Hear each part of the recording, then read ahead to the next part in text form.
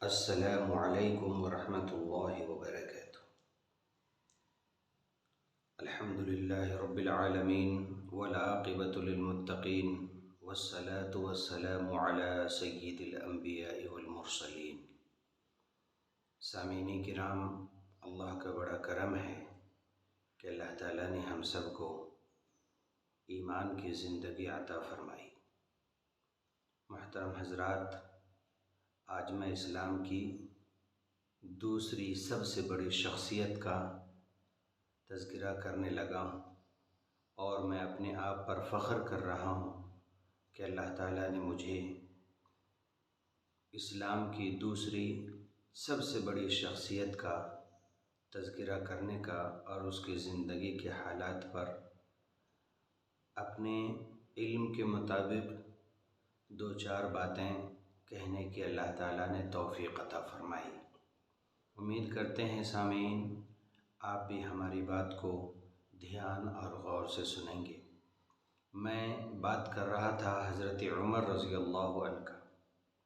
حضرت عمر رضی اللہ عنہ وہ ہیں جن کو اللہ کے رسول صلی اللہ علیہ وسلم نے اپنی دعا میں اللہ سے مانگ کر لیا ہے۔ بعض روایت میں ملتا ہے کہ پیر کے دن آپ صلی اللہ علیہ وسلم نے اللہ تعالیٰ سے دعا فرمائی، اللہ ہمیں عمر یا ابو جہل دونوں میں سے کسی ایک کو ایمان کی دولت دے کر ہمیں طاقت عطا فرمائیے۔ آپ صلی اللہ علیہ وسلم کی دعا حضرت عمر فاروق رضی اللہ عنہ اور حضرت عمر ابن خطاب رضی اللہ عنہ کے حق میں قبول ہوئی، اور اللہ تعالیٰ نے حضرت عمر ابن خطاب رضی اللہ عنہ کو چہارشنبے کے دن یعنی بدھ کے دن آپ صلی اللہ علیہ وسلم کے ہاتھوں اسلام قبول کرنے کی اللہ تعالیٰ نے آپ کو توفیق عطا فرمائی۔ اس کا تذکرہ ہم شروع کرتے ہیں۔ امید کرتے ہیں آپ دھیان سے، غور سے اور توجہ سے سنیں گے۔ انشاءاللہ آپ کا ایمان بھی بڑھے گا اور یقین بھی بڑھے گا، اور ایک شوق جذبہ آپ کے اندر بھی پیدا ہوگا۔ شروع کرتے ہیں حضرت عمر فاروق رضی اللہ عنہ کی زندگی کے چند پہلو۔ حضرت عمر فاروق رضی اللہ عنہ کا شمار عرب کے بڑے بڑے بہادروں میں ہوتا تھا۔ اسلام قبول کرنے سے پہلے حضرت عمر رضی اللہ عنہ مسلمانوں کے سخت دشمن تھے۔ رسول اللہ صلی اللہ علیہ وسلم کے قتل کی فکر میں رہتے تھے۔ ہمیشہ اس فکر میں رہتے تھے کہ کیسے حضور اکرم صلی اللہ علیہ وسلم کو قتل کر دیں اور اسلام ختم ہو جائے۔ ایک دن اسی ناپاک ارادے سے تلوار لٹکائے ہوئے چلے جا رہے تھے کہ راستے میں حضرت نعیم بن عبداللہ رضی اللہ عنہ مل گئے۔ انہوں نے پوچھا، عمر کہاں جا رہے ہو؟ کہنے لگے، محمد صلی اللہ علیہ وسلم کو قتل کرنے، نعوذ باللہ۔ انہوں نے کہا، پہلے اپنی گھر کی تو خبر لے، تیری بہن اور بہنوئی دونوں مسلمان ہو چکے ہیں۔ پہلے ہی غصے میں تھے، اور غصہ اور نفرت پہلے ہی بھرا ہوا تھا آپ کے اندر۔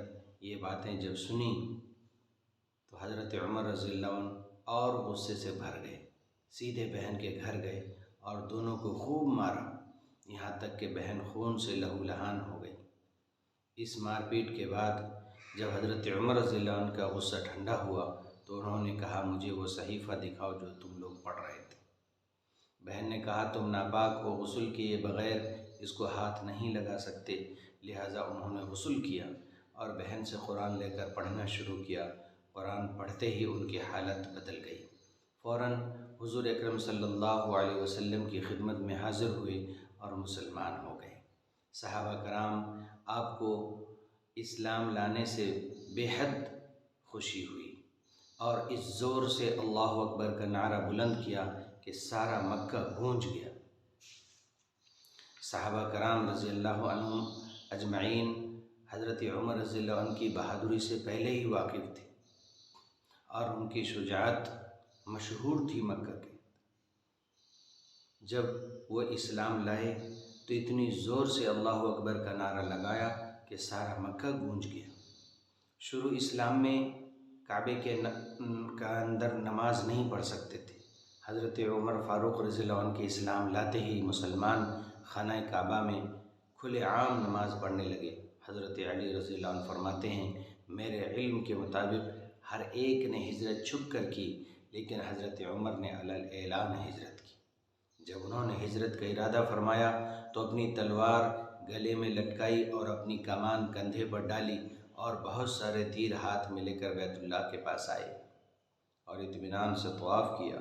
پھر مقام ابراہیم کے پاس جا کر 2 رکعت نماز پڑھی۔ پھر مشرکین کی ایک ٹولی میں گئے اور فرمایا جو یہ چاہتا ہے کہ اس کی ماں اس کے مرنے کے بعد اس پر روئے اور اس کی اولاد یتیم ہو جائے اور اس کی بیوی بیوہ ہو جائے، وہ مکہ سے باہر آ کر میرا مقابلہ کرے۔ اس کے بعد آپ رضی اللہ عنہ یعنی حضرت عمر بن خطاب رضی اللہ عنہ نے ہجرت کی، مگر کوئی بھی آپ کا پیچھا کرنے کی ہمت نہ کر سکا۔ حضرت عبداللہ بن مسعود رضی اللہ عنہ فرماتے ہیں عمر رضی اللہ عنہ کا اسلام لانا مسلمانوں کی سب سے بڑی اور سب سے پہلی فتح تھی۔ ان کی ہجرت کی مسلمانوں کی مدد تھی اور ان کی خلافت رحمت تھی۔ حضرت عمر رضی اللہ عنہ اپنی پوری شان و شوکت کے ساتھ مکے سے ہجرت فرما کر مدینہ پہنچے۔ حضرت ابوبکر صدیق رضی اللہ عنہ کے ایمان انتقال کے بعد حضرت عمر فاروق رضی اللہ عنہ مسلمانوں کے دوسرے خلیفہ بنے۔ جیسا کہ میں نے اپنی پہلی بات میں ذکر کیا کہ میں دوسری اسلام کی سب سے بڑی شخصیت کا تذکرہ کرنے لگا ہوں۔ آپ رضی اللہ عنہ کے 10.5 سالہ دور خلافت میں اسلام خوب پھیلا، بڑی بڑی سلطنتیں فتح ہوئیں، یہاں تک کہ روم اور فارس جیسی طاقتور سلطنتوں پر اسلام کا پرچم لہرانے لگا اور مسلمان بڑھتے ہوئے ہندوستان، چین اور یورپ کی سرحدوں تک پہنچ گئے۔ آپ کے دور خلافت میں 500 قلعے، 1036 شہر فتح ہوئے۔ آپ رضی اللہ عنہ کی خلافت کا رقبہ 22.5 لاکھ مربع میل بیان کیا جاتا ہے۔ آپ رضی اللہ عنہ کی فراست و دانائی، ملکی اور انتظام فتوحات کو دیکھ کر ایک مشہور مستشرق مسٹر جیون کہتا ہے اگر فاروق اعظم رضی اللہ عنہ کی مزید 10 سال خلافت قائم رہتی تو پوری دنیا میں اسلام کے علاوہ کوئی دوسرا مذہب نہیں ہوتا۔ یہ حضرت عمر رضی اللہ عنہ کی قربانی، ان کی جد و جہد اور ان کی سب سے بڑی طاقت کا نتیجہ تھا۔ حضرت عمر رضی اللہ عنہ کی خلافت کے بعد کے حکام خلفاء کے لیے ایک مثالی نمونہ ہے۔ نماز فجر میں فیروز نامی عیسائی نے آپ یعنی حضرت عمر رضی اللہ عنہ کو زخمی کر دیا۔ حضرت عمر رضی اللہ عنہ نے اپنے دور خلافت میں بڑے بڑے کارنامے انجام دیے۔ انہوں نے باضابطہ طریقے پر بیت المال کا نظام قائم کیے، ملکی پیمائش کا انتظام کیے، مردم شماری کرائی، جیل خانہ قائم کیے، فوج کے لیے دفتری نظام بنائے، راتوں کو گشت کر کے رعایا کے حال سے باخبر رہنے کا طریقہ نکالے، بے روزگار لوگوں کے لیے وظیفے مقرر کیے، جگہ جگہ نہریں کھدوائیں، نماز تراویح کو جماعت کے ساتھ پڑھنے کا اہتمام کیا۔ یہ وہ کارنامے ہیں جو حضرت عمر ابن خطاب رضی اللہ عنہ نے کی۔ اسلام سے پہلے دریائے نیل ہر سال سوکھ جاتا تھا۔ مصر والوں کا عقیدہ تھا ایک کنواری لڑکی کی بلی کے بغیر دریائے نیل جاری نہیں ہوتا۔ جب مسلمانوں نے مصر فتح کیا اور اس کی خبر گورنر حضرت عمر بن عاص رضی اللہ عنہ کو ہوئی تو انہوں نے فرمایا اسلام میں یہ ہرگز نہیں ہو سکتا۔ انہوں نے حضرت عمر رضی اللہ عنہ کو اس بات کی اطلاع دی۔ حضرت عمر رضی اللہ عنہ نے دریائے نیل کے نام یہ خط لکھا، اے دریائے نیل، اگر تو اپنی مرضی سے چلتا ہے تو مت چل، اور اگر تجھے اللہ وحدہ قہار چلاتے ہیں تو ہم اسی سے ہی سوال کرتے ہیں، وہ تجھے چلا دے۔ چنانچہ یہ پرچہ دریائے نیل میں ڈال دیا گیا۔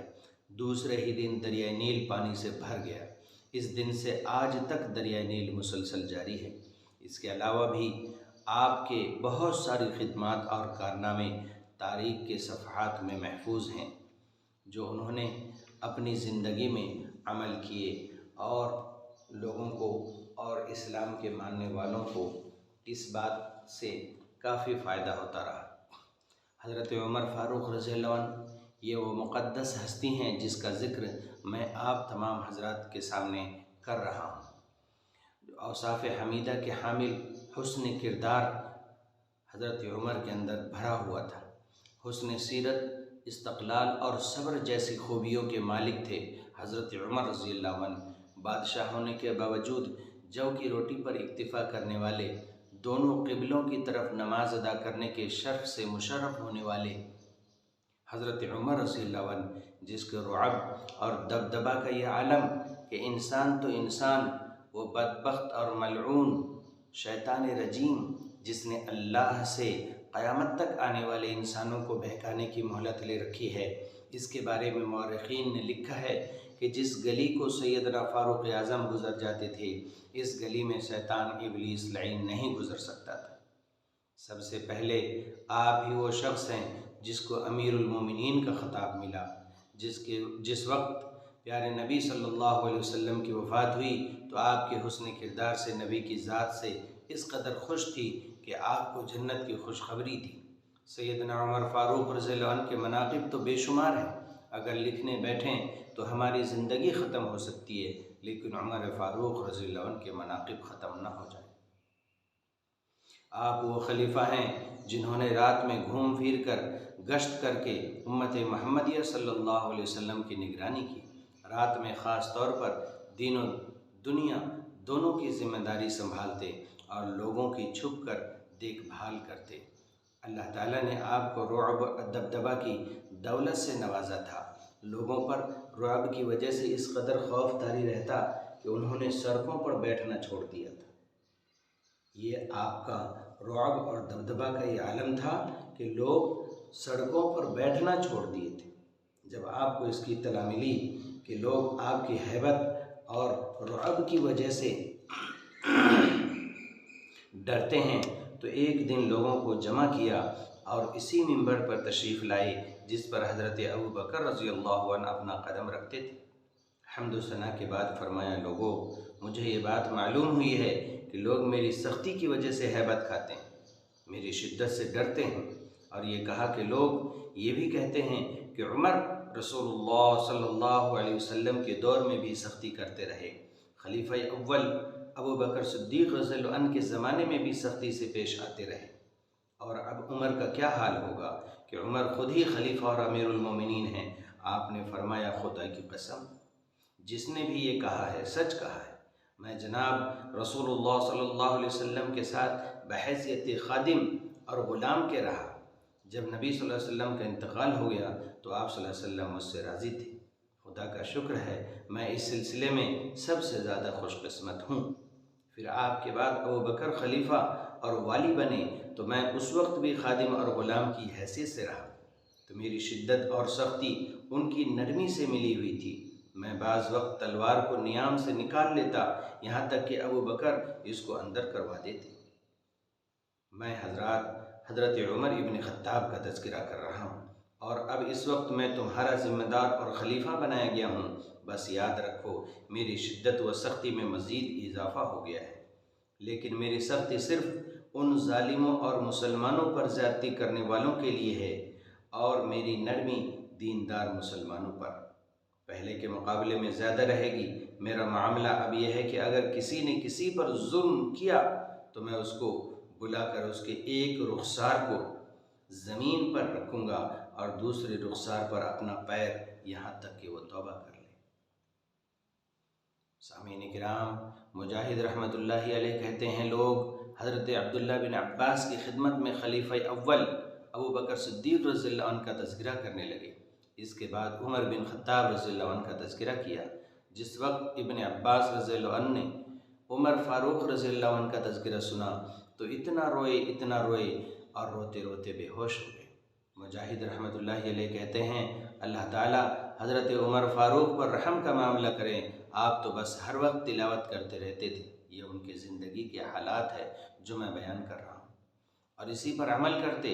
سیدنا عمر فاروق رضی اللہ عنہ کی شہادت بڑے عجیب طریقے سے ہوئی۔ آپ کو مغیرہ بن شعبہ کے غلام ابو لولو فیروز نامی شخص نے قتل کیا۔ حضرت مغیرہ بن شعبہ ابو لولو فیروز روزانہ 4000 درہم دے کر چکی بنوایا کرتے تھے۔ ایک دن ابو لولو کی ملاقات سیدنا عمر فاروق رضی اللہ عنہ سے ہوئی تو اس نے شکایت کی، مغیرہ جو میرے آقا ہیں مجھ پر زیادہ بوجھ ڈالتے ہیں، آپ ان سے گفتگو کر کے میرا کام اور ڈیوٹی کو ہلکا کر دیں۔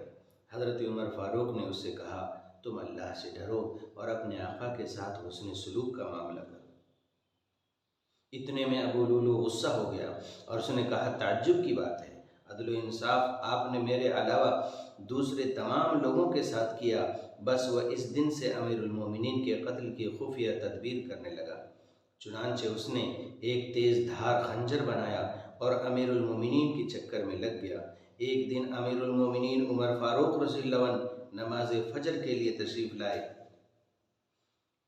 عمر بن میمون رضی اللہ عنہ کہتے ہیں کہ ہم نماز پڑھ رہے تھے، حضرت عمر رضی اللہ عنہ نماز پڑھا رہے تھے، میرے اور امیر المومنین کے درمیان عبداللہ بن عباس رضی اللہ عنہ حائل تھے۔ اتنے میں آپ نے تکبیر کہی، تھوڑی دیر میں کہا سن رہا ہوں۔ جس وقت ان کے کھنجر لگا تو کہنے لگے مجھ پر کتے نے حملہ کر دیا۔ قتل کرنے کے بعد وہ کافر چھری لے کر بھاگا اور تیز دھار خنجر جس کے دائیں بائیں لگا سب کو زخمی کرتا چلا گیا۔ اس خنجر سے تقریباً 13 صحابہ زخمی ہوئے، جس میں 7 جان بحق ہو گئے مسجد میں ہی، مسجد نبی میں۔ لیکن کسی مسلمان نے جب اس کو دیکھا تو اس کے اوپر ایک چادر ڈال دی جس میں وہ الجھ گیا۔ جب اس قاتل نے سمجھ لیا کہ اب میں پکڑا جاؤں گا تو اس نے خود خنجر مار لیا۔ حضرت عمر فاروق رضی اللہ عنہ نے فرمایا اللہ اسے ہلاک کرے، میں تو اس کو نیک کاموں کا مشورہ دیا تھا۔ اس کے بعد آپ نے فرمایا کہ خدا کا شکر ہے میں کسی مسلمان کے ہاتھ سے نہیں مارا گیا۔ ابو لولو مجوسی یا نصرانی غلام تھا۔ آپ یعنی حضرت عمر بن خطاب رضی اللہ عنہ کی شہادت 14 ذی الحجہ 13 ہجری میں ہوئی۔ آپ زخمی ہونے کے بعد ایک دن ایک رات زندہ رہے۔ آپ نے بھی پیارے نبی صلی اللہ علیہ وسلم اور خلیفہ اول ابو بکر صدیق رضی اللہ عنہ کی طرح 63 سال کی عمر پائی۔ آپ کو بھی حجرہ عائشہ میں پیارے نبی صلی اللہ علیہ وسلم اور ابو بکر رضی اللہ عنہ کے پاس دفن کیا گیا۔ جس وقت عمر فاروق رضی اللہ عنہ کی شہادت ہوئی تو زمین پر اندھیرا چھا گیا۔ بچے کہتے تھے اب تو قیامت آ گئی۔ ماں جواب دیتی بیٹے ایسا نہیں بلکہ حضرت عمر فاروق کی وفات ہو گئی۔ آپ کا دور خلافت 10 سال 6 ماہ اور 5 رات ہوئی۔ اللہ تعالیٰ آپ کو امت کی طرف سے بہترین جزا عطا فرمائے اور آپ کی قبر کو نور سے بھر دے۔ یہ تھا حضرات گرامی حضرت عمر ابن خطاب رضی اللہ عنہ کے زندگی کی چند جھلکیاں جس کو میں نے آپ حضرات کے سامنے پیش کی ہیں۔ امید کرتے ہیں آپ کو یہ باتیں پسند آئی ہوں گی۔ حضرت عمر فاروق رضی اللہ عنہ، عمر ابن خطاب رضی اللہ عنہ کے حالات زندگی سے آگاہی ہوئی ہوگی۔ سامعین کرام، آپ سے ہم گزارش کرتے ہیں کہ آپ تک اگر ہماری ویڈیو پہنچتی ہے تو آپ اسے لائک اور شیئر ضرور کریں۔ دوسروں تک پھیلانا، دین کی بات پہنچانا، یہ بھی دین میں ایک مدد کرنے کے جیسے ہے۔ اللہ مجھے بھی اور آپ کو بھی عمر بن خطاب رضی اللہ عنہ کے زندگی سے سبق لے کر عمل کی توفیق عطا فرمائے۔ اللہ میرے لیے آپ کے لیے ان کے طریقے پر چلنا آسان فرمائے۔ وآخر دعوانا ان الحمد للہ رب العالمین۔ السلام علیکم ورحمۃ اللہ وبرکاتہ۔